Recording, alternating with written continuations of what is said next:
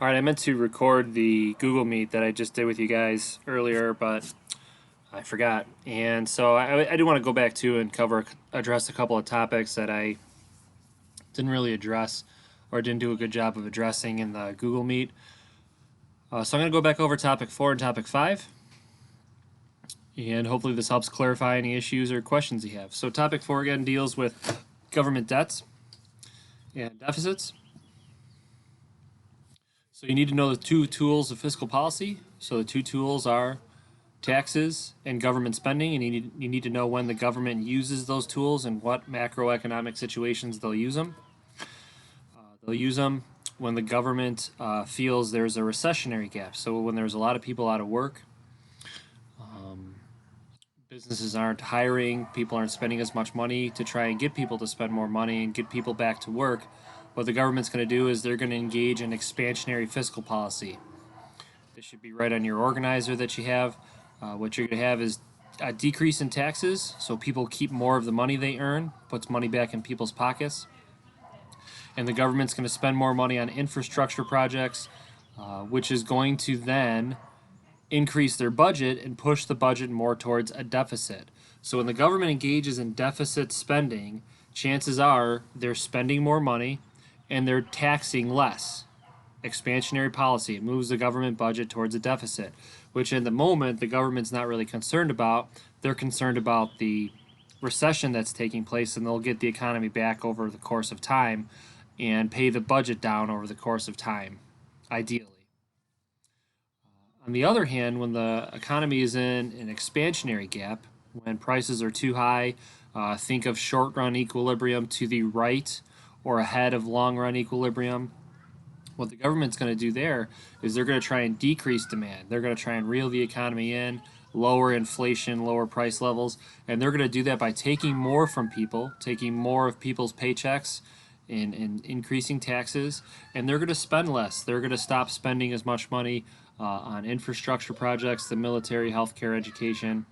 And the effect on the budget is going to be that over time, the budget's going to move more towards a surplus because the government is keeping more of the money and spending less. Okay. Topic 5 deals with crowding out.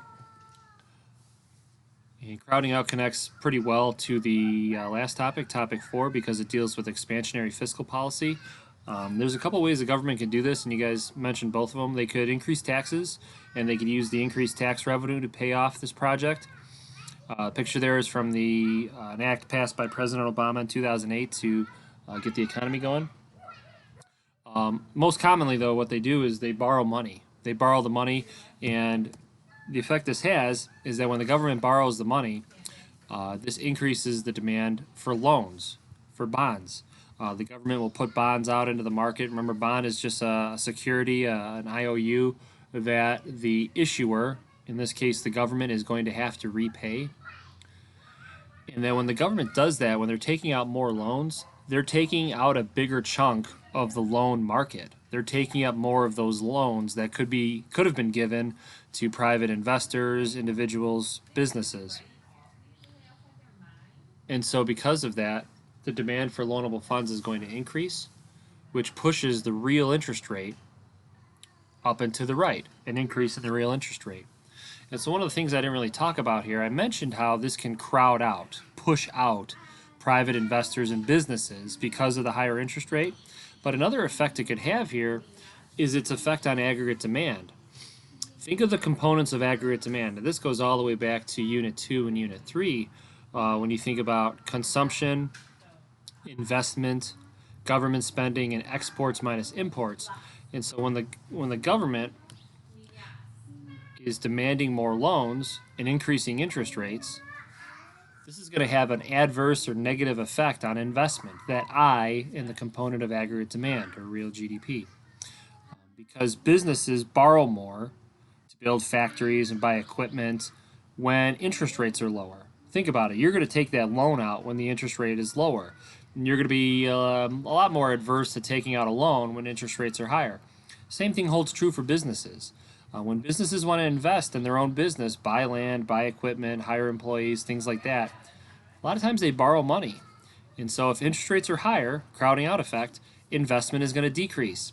And so if business investment's decreasing, that means you got less spending on capital projects. Remember, capital means equipment, technology, resources that you use to produce your good or service.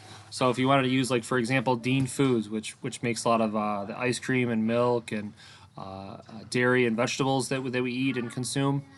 If Dean Foods wanted to build a new plant and put new conveyor belts in there and all the front loaders and things like that in their factory, they're going to borrow that money. And if Dean Foods sees that interest rates are a lot higher as a result of crowding out, they might not build that factory, or maybe they'll put that on hold, or they won't buy as much robots and machines and technology for their factory. That's a good example of the crowding out having this adverse effect on capital projects. So in conclusion here, again, make sure you know the two tools of fiscal policy: taxes and spending, the difference between expansionary fiscal policy and contractionary fiscal policy, the effect both of those have on the deficit, the government deficit. And then also know what the term crowding out is. You can how to identify it on a loanable funds graph. And then the effect crowding out has on interest rates, aggregate demand, and investment in capital projects. Okay.